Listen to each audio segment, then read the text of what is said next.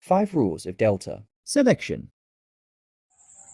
Good day, ma'am. I'm Rio Isuyat, Base Cream 2, Block 2, reciting the rules in delta selection and rules in the core location.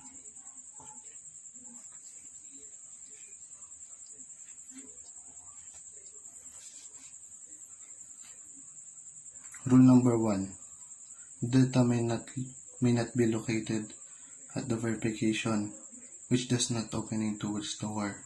Rule number 2. When there is a choice between the verification and another type of delta, the verification selected. Rule number 3.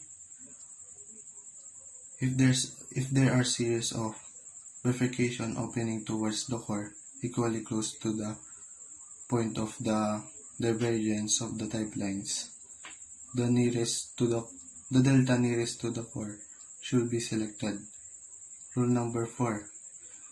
When there are two or more possible deltas which confirm the definition, the one nearest the core is chosen. Rule number 5. The delta may not be located at the middle of a ridge running between the type lines toward the core, but not near ends only. 4 rules of rule location. The core.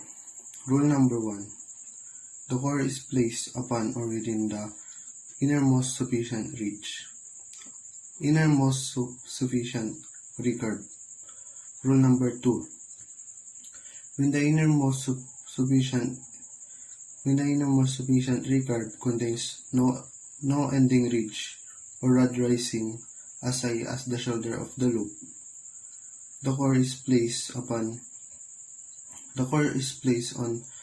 the shoulders of the loop farther from the delta. Rule number 3. When the innermost sufficient recurve contains an uneven number of rod rising as high as the shoulders, the core is placed upon the end of the center rod whether it touches the looping ridge or not. Rule number 4.